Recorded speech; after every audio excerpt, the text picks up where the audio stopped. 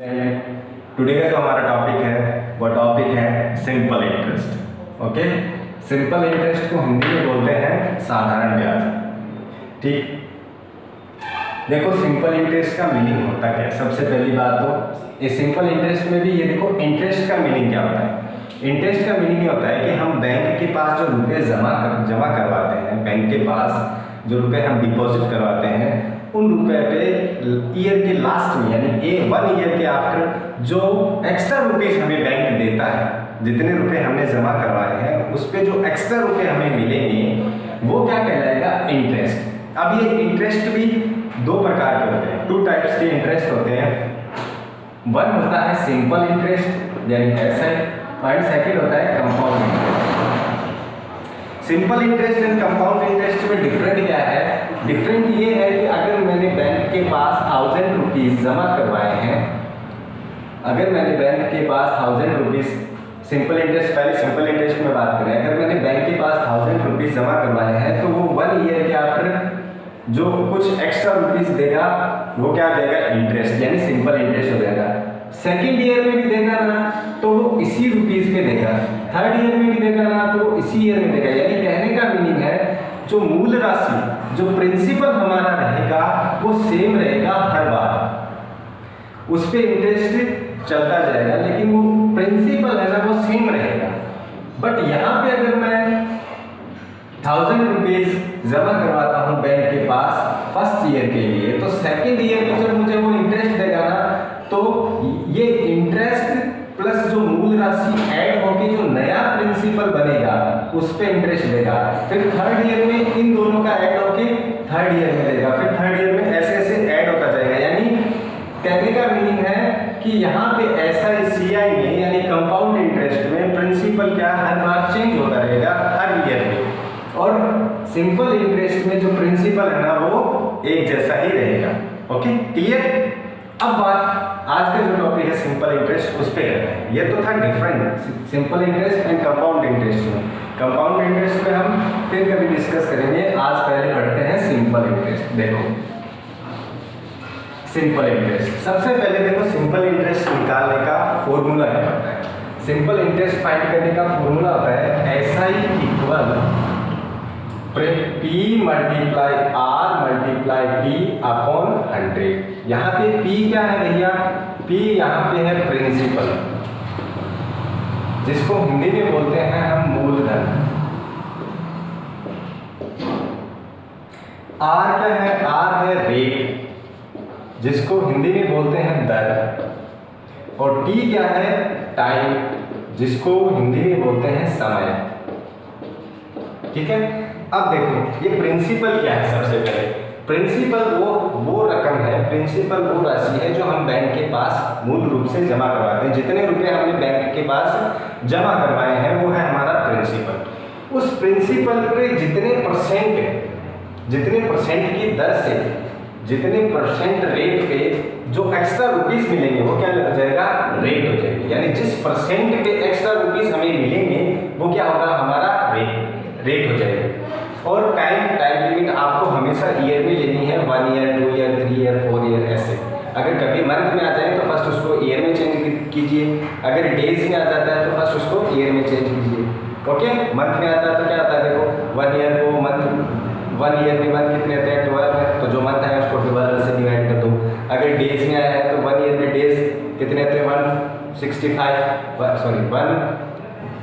365 days कितने हो जाएंगे, 365, तो 365 से उन डेज को डिवाइड कर दो। हाँ, हमेशा हम ईयर में लेंगे, कहने का मीनिंग है। ठीक है, अब देखो एक एग्जांपल लेते हैं और इसको समझते हैं। एग्जांपल देखो, जैसे ये क्वेश्चन है कि P हमें दिया हुआ है 1000 रुपीज, रेट है वो दी हुई है 10%, एंड टाइम है वो दिया हुआ है 2 इयर्स, और हमें ऐसा ही फाइंड करना है। यहाँ पे ऐसा ही कितना होगा, देखो ऐसा ही का फॉर्मूला अभी बताया मैंने। ऐसा ही इक्वल होता है P मल्टीप्लाई में R मल्टीप्लाई में T अपॉन में 100। देखिए ऐसा ही इक्वल पी की वैल्यू 1000 रुपीज, आर की वैल्यू 10, टी की वैल्यू 2 अपॉन 100। देखो इसकी 2 0 से इसकी 2 0 क्या हो गई, कट। 10 को 10 से मल्टीप्लाई किया 100 एंड 2 से मल्टीप्लाई किया 200, ठीक है।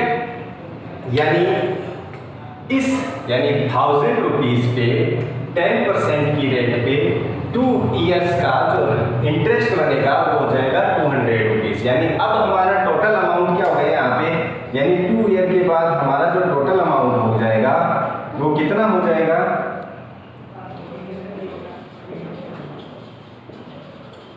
टोटल अमाउंट कैसे निकालेंगे, प्रिंसिपल जो मैथ राशि थी वो और उसमें एसआई को कर दो ऐड। प्रिंसिपल था 1000 रुपीज और एसआई कितना आया 200, यानी कितना हो गया 1200 रुपीज। यानी 2 ईयर के बाद 1000 रुपीज का 10% की रेट पे इतने रुपए हो जाएंगे हमारे, इंटरेस्ट ऐड करेंगे, ठीक है।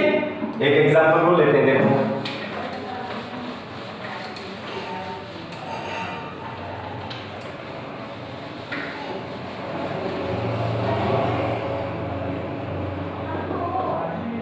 जहां पे प्रिंसिपल आपको दिया हुआ है 600 रुपीज, रेट है वो दी हुई है आपको 6% एंड टाइम है वो आपको दिया हुआ है 8 मंथ।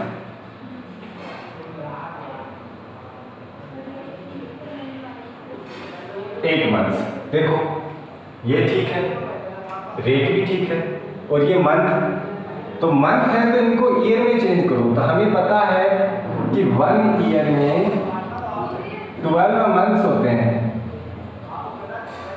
तो अगर इस मंथ को मैं 12 से डिवाइड कर दूं तो आप ये ईयर में होगा चेंज। तो देखो ये कट होता है 4 2 जा एंड 4 3 जा, यानी 2 अपॉन 3, ये आ गया ना। अब निकालो आप ऐसा ही, तो ऐसा ही क्या हो जाएगा, ऐसा ही इक्वल P मल्टीप्लाई में R मल्टीप्लाई में T अपॉन 100। P कितना है 600 रुपीज, R कितना है 6, टाइम कितना है 2 अपॉन 3 और नीचे क्या है 100, तो 100। सॉल्व कर दीजिए, इसके 2 0 से इसके 2 0 कट हो गए, 3 से इसको कट किया 3 2 जा 6, 2 को 2 से किया 4, 4 को 6 से किया, 4 को 60 से किया 240, यानी 240 रुपीज क्या आया इंटरेस्ट, ये आया है हमारा इंटरेस्ट। तो हमारा जो टोटल अमाउंट हो जाएगा वो क्या हो जाएगा, प्रिंसिपल प्लस एसआई। प्रिंसिपल है 6000 रुपीज एंड 240 क्या आया इंटरेस्ट, ऐड कर दो तो कितना हो जाएगा 6240 रुपीज। यानी 6000 रुपीज 6% की रेट पे 8 मंथ पे जो टोटल अमाउंट बनेगा हमारा वो तो इतना बनेगा, और ऐसा ही यानी जो इंटरेस्ट बनेगा इसके वो 240 बन जाएगा। ओके ठीक है। अब देखो इस पे ना कुछ अलग टाइप के क्वेश्चन भी आते हैं, वहां पे क्या आता है कि ऐसा ही दे देगा और ऐसा ही के साथ में प्रिंसिपल दे देगा, रेट दे देगा, या तो टाइम पूछ लेगा, इनमें से 2 दे देगा उसके साथ ऐसा ही दे देगा और तीसरा हमसे क्या करवा लेगा फाइंड। तो वहां पे आपको क्या करना है, देखो कैसे करेंगे उसको, जैसे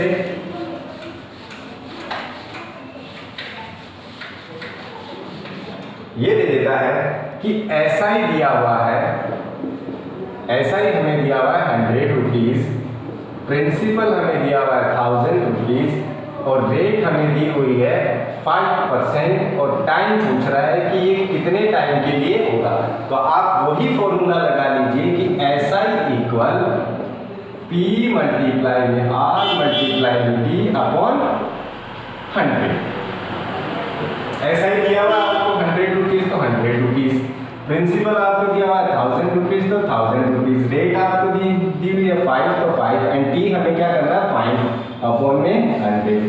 इसके 2 0 से इसके 2 0 कट हो गए, इस तरफ 100, ये 10 लेफ्ट रहेंगे, 10 को 5 से मल्टीप्लाई किया 50 मल्टीप्लाई में T टाइम, अभी 50 इसके मल्टीप्लाई में है, इस साइड आएगा तो किस में हो जाएगा डिवाइड में, तो 100 divide by 50 multi equal T, तो T की वैल्यू क्या आ जाएगी 51 जा 50, 52 जा 100 यानी 2 टाइम यानी 2, ये क्या आया ईयर 2 इयर्स यानी ये 2 इयर्स का हो जाएगा। इस तरह से इसमें से कोई भी SI के साथ में कोई भी 2 वैल्यू हमें दे देगा, तीसरा हमसे क्या करवा लेगा फाइंड, ठीक है।